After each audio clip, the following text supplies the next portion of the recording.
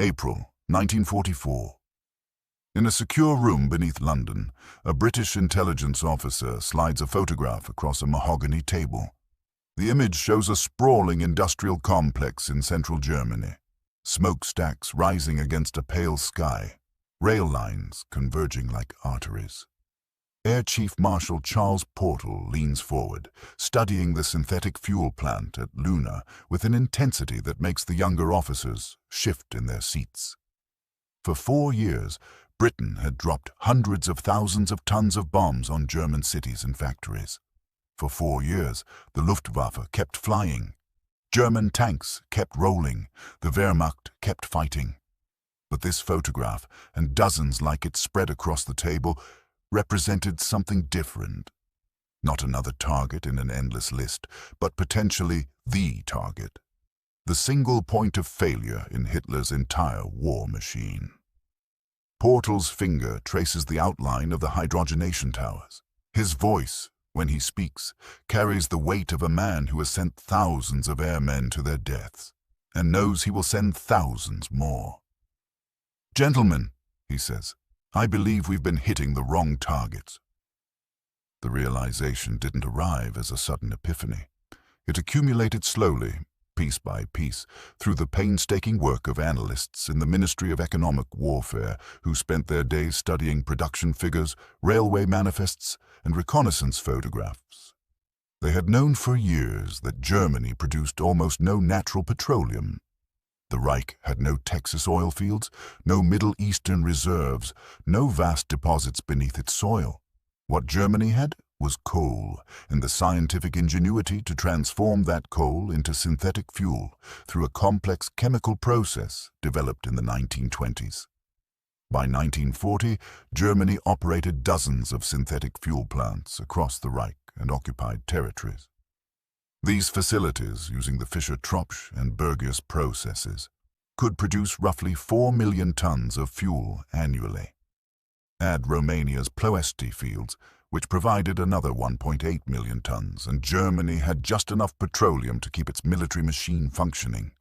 Just enough, but no margin for error, no reserve for a prolonged war, no buffer against sustained attack. British intelligence had documented this vulnerability in reports dating back to 1940. The Ministry of Economic Warfare maintained detailed files on every known synthetic plant, tracking production estimates, identifying key facilities, mapping the fragile network that kept German vehicles and aircraft operational. But knowing about a vulnerability and acting on it were two different things. For years, the knowledge sat in filing cabinets while British bombers struck other targets, following other strategies, pursuing other theories of how to break German industrial power. The problem was one of faith and momentum. By 1943, Bomber Command had committed itself to a strategy of area bombing, the systematic destruction of German cities intended to break civilian morale and disrupt industrial production generally. Air Chief Marshal Arthur Harris believed in this approach with religious fervor, convinced that enough destruction spread across enough cities would eventually bring Germany to its knees. Oil plants were just another target type in a vast catalogue of German industrial capacity. But in early 1944, the calculations began to shift. American strategic bombing forces had joined the campaign in strength, bringing different doctrines and fresh perspectives. The Americans favored precision daylight bombing of specific industrial targets rather than British night area raids. This philosophical difference created friction, but it also opened space for new thinking about what targets actually mattered most. The Ministry of Economic Warfare analysts had been making their case quietly for months. Their reports documented something striking. German fuel production operated at maximum capacity, with virtually no reserve. The synthetic plants ran constantly, producing just enough to meet military needs. Romania's Ploiesti fields pumped at full output. There was no stockpile, no strategic reserve, no cushion. If production dropped even 20%, German military operations would face immediate constraints. If production dropped 50%, the Wehrmacht would begin to grind to a halt. In March 1944, a colonel from the Ministry of Economic Warfare presented these findings to a planning committee that included representatives from both British and American strategic air forces. He spread charts across the conference table showing German fuel production and consumption. The numbers told an unambiguous story. Germany needed roughly 300,000 tons of aviation fuel per month to maintain current operational levels. The synthetic plants and Romanian imports provided approximately that amount, sometimes slightly more, sometimes slightly less, but always close to the minimum required. Destroy 30% of their production capacity, the colonel said, his finger tapping the chart, and the Luftwaffe cuts training flights. Destroy 50%, and they begin grounding squadrons. Destroy 70%, and German armor divisions become immobile fortifications. The room went quiet. An American general leaned back in his chair, studying the ceiling. A British air commodore lit his pipe, smoke curling toward the overhead lights. Everyone present understood what the numbers implied. They had been bombing Germany for years, dropping millions of tons of explosives on cities and factories, fighting through flak and fighters, losing thousands of aircraft and tens of thousands of men. And perhaps the most efficient way to cripple German military power had been sitting in intelligence files all along, waiting for someone to act on it. But recognition wasn't the same as consensus. Air Chief Marshal Harris remained skeptical.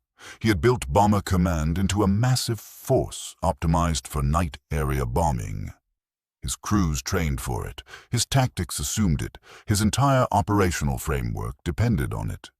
Shifting to precision attacks on specific industrial targets meant changing everything, adopting methods he had spent years arguing against.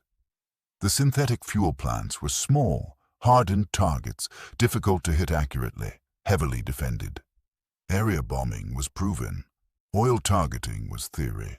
The debate that followed consumed weeks of meetings, memoranda, and increasingly tense exchanges between British and American commanders. General Carl Spaatz, commanding the United States Strategic Air Forces in Europe, became the strongest advocate for the oil plan.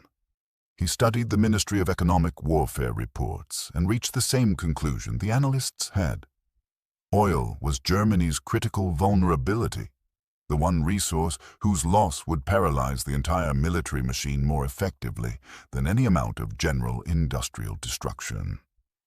Portal found himself caught between competing visions. He respected Harris's achievements and understood the institutional momentum behind area bombing, but he also saw the logic in the oil targeting strategy. More importantly, he saw the intelligence reports coming from occupied Europe, documents that suggested German fuel supplies were already strained. Luftwaffe training had been cut back. German armored divisions conserved fuel. The indicators were there for anyone willing to read them. On April 19, 1944, Portal made his decision. The Strategic Air Forces would implement a systematic campaign against German oil production, not as an experiment or a temporary diversion, but as the primary targeting priority. Synthetic fuel plants would receive top priority, with Ploiesti's Romanian fields as a secondary target. The campaign would begin immediately, coordinated between British night bombers and American daylight forces, sustained until German fuel production collapsed. Harris received the order with barely concealed frustration. In a letter to Portal, he argued that oil targeting would divert resources from the proven strategy of area bombing, that the synthetic plants were too difficult to hit effectively, that the campaign would cost more than it achieved. But Portal was chief of the air staff, and his orders stood. Bomber Command would participate in the oil campaign. On May 12, 1944, 935 American bombers struck synthetic fuel plants across Germany in the largest coordinated attack on oil targets yet attempted. The formations hit facilities at Leuna, Bohlen, Zeitz, Brucks, and Politz. Flak batteries threw up walls of explosive shells. German fighters rose to intercept.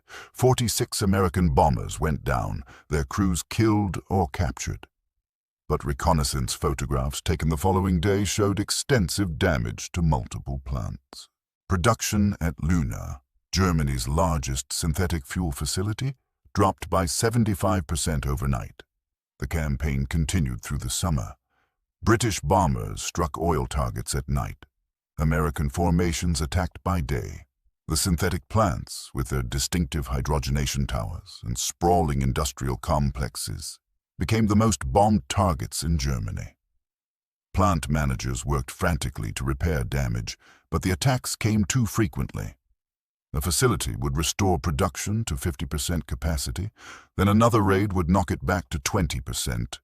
The Germans rebuilt. The Allies bombed again. A grinding war of attrition played out in fire and high explosive. By June, British intelligence analysts began seeing confirmation in captured documents and prisoner interrogations. A Luftwaffe pilot shot down over France told his interrogators that his squadron had cut training flights by half. A German tank officer captured in Normandy mentioned fuel shortages affecting his division's mobility.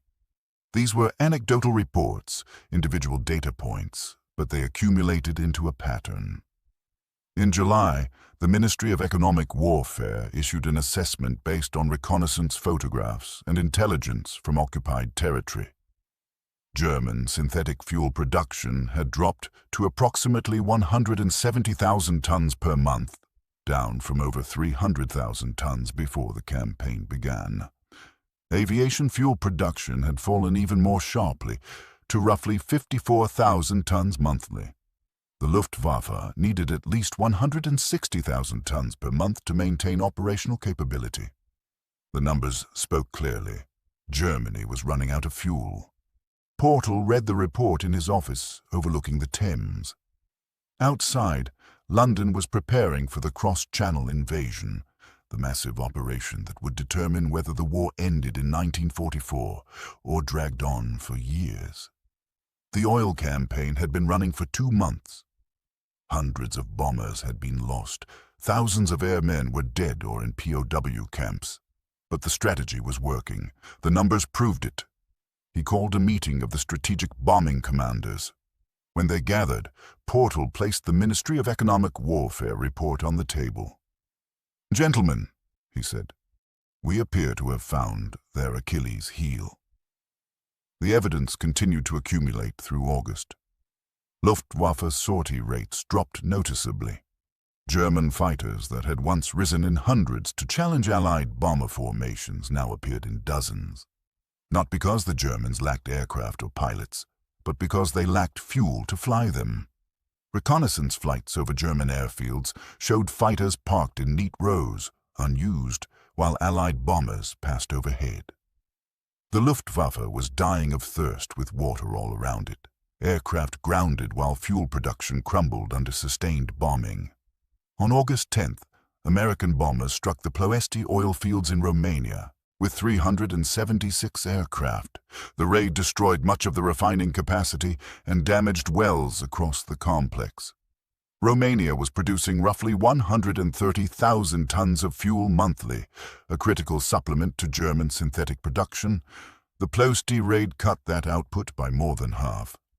Combined with the ongoing destruction of synthetic plants inside Germany, the attack pushed German fuel availability below the critical threshold. British intelligence intercepted German communications showing the impact. A Wehrmacht logistics officer reported to his headquarters that fuel allocations for September would be cut by 40%. A Luftwaffe training command memo suspended all advanced pilot training due to fuel shortages. An armored division commander requested permission to move his tanks by rail rather than drive them to their deployment area, citing insufficient fuel for a road march. These weren't the communications of an army under pressure. They were the communications of an army beginning to run out of fuel.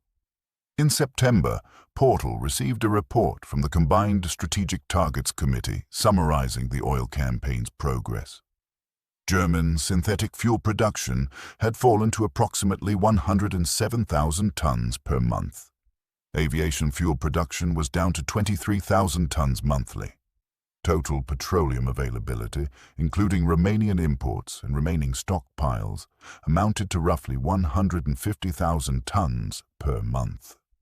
German military forces needed at minimum 250,000 tons monthly to maintain current operational levels. The mathematics was simple and brutal.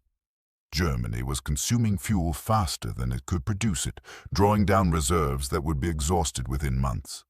The Wehrmacht was running on fumes. Portal shared the report with Churchill. The Prime Minister read it in silence, then looked up. "How confident are we in these figures?" "Very confident, Prime Minister. Multiple intelligence sources confirm the production estimates. We're seeing the effects in German operational patterns. The Luftwaffe has essentially ceded air superiority over Germany. Armored divisions are conserving fuel. Training has been cut drastically." Churchill set down the report. "Then we continue the campaign." "Without question." Through October and November, the oil campaign intensified.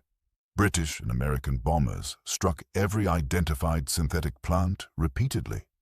The Germans defended these facilities with concentrated flak batteries and fighter squadrons, making the raids among the most dangerous of the war. Bomber losses over oil targets ran higher than almost any other target type, but the attacks continued because the intelligence made clear they were working. By December, German fuel production had collapsed to roughly 35,000 tons per month. Aviation fuel production was effectively zero, with the Luftwaffe receiving only small quantities refined from remaining stockpiles. The numbers were so low that British intelligence analysts initially questioned them, suspecting their sources had made errors. But multiple independent intelligence streams confirmed the figures. Germany's oil production had been reduced to a fraction of what it needed. The impact became visible in German military operations.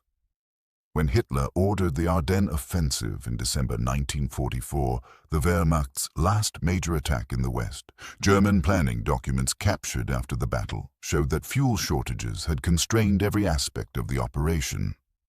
Panzer divisions received enough fuel to advance approximately 60 miles, after which they were expected to capture Allied fuel dumps to continue.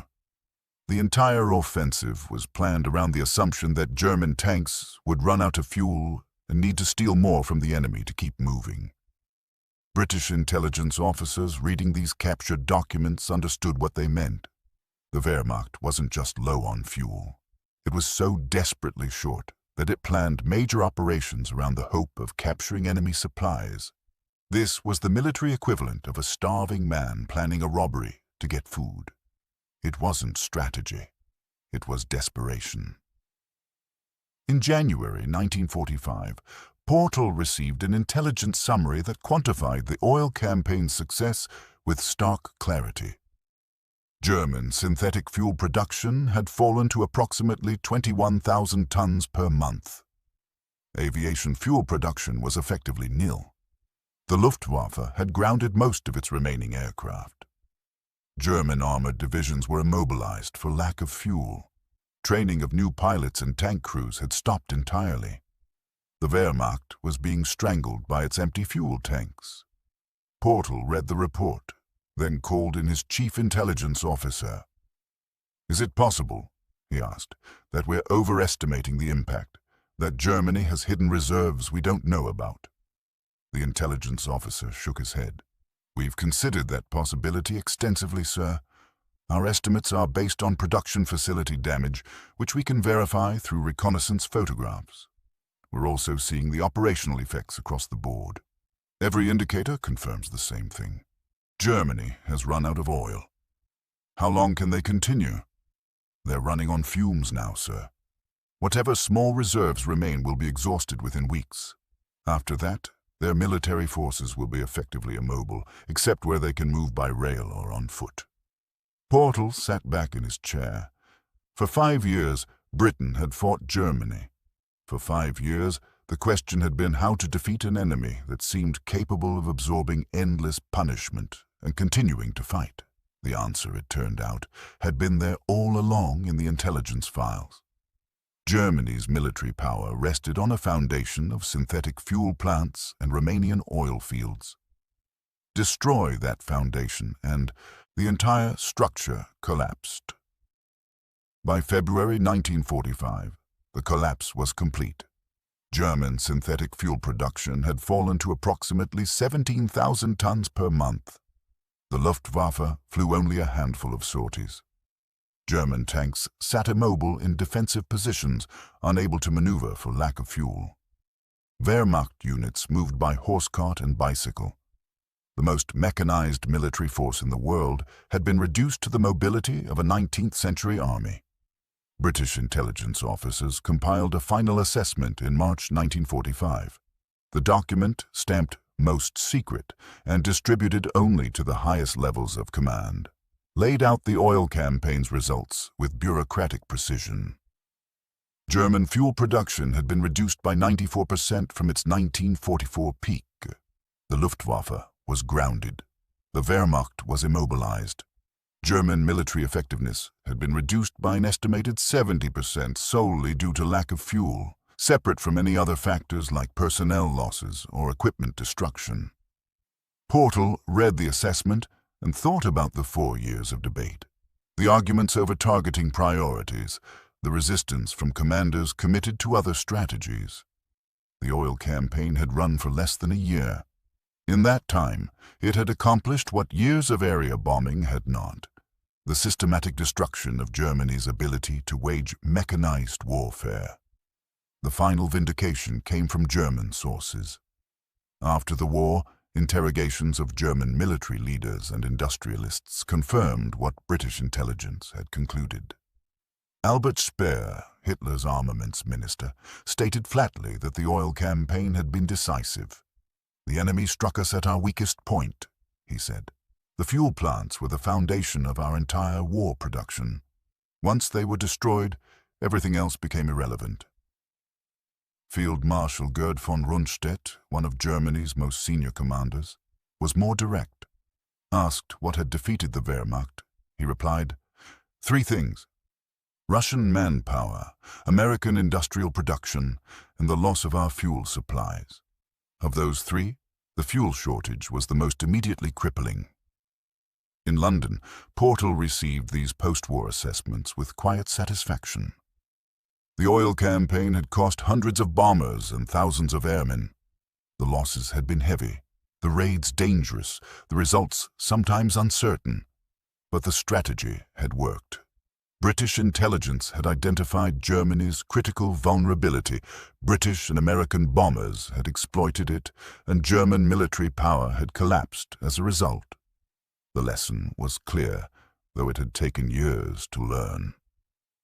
Modern mechanized warfare ran on petroleum. An army without fuel was an army without mobility, without air support, without the ability to concentrate forces or exploit opportunities. Germany had built the most powerful military machine in Europe, but it had built that machine on a foundation of synthetic fuel plants that could be destroyed from the air. British High Command had realized, finally and completely, that Germany was running out of oil. More importantly, they had realized it in time to act on that knowledge, to shift strategy, to focus bombing resources on the targets that mattered most. The realization had come slowly, resisted by institutional momentum and competing theories of strategic bombing. But once it came, once the intelligence was clear and the decision made, the campaign had unfolded with brutal effectiveness. In the end, Germany's military defeat had many causes: Soviet resistance, American industrial power, British determination, German strategic errors. But among those causes, the loss of oil stood out for its immediacy and completeness. The Wehrmacht didn't slowly weaken.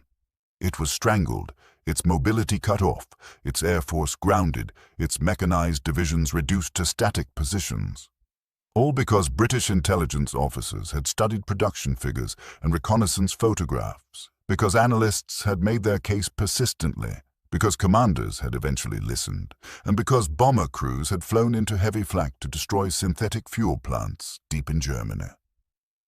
The war ended in May 1945. By then, German fuel production had effectively ceased. The mighty Wehrmacht that had conquered most of Europe in 1940 sat immobile, out of fuel, unable to move even if it had somewhere to go. The Luftwaffe that had terrorized London and fought for air superiority over Britain was grounded, its aircraft parked uselessly on airfields. The Panzer divisions that had revolutionized armored warfare were static fortifications, their tanks unable to maneuver. British High Command had said many things when they realized Germany was running out of oil. They had debated strategy, argued over priorities, questioned intelligence estimates, and resisted changing established doctrine. But in the end, they had said the only thing that mattered: attack the oil. And in doing so, they had found the way to break German military power more effectively than any other campaign of the war.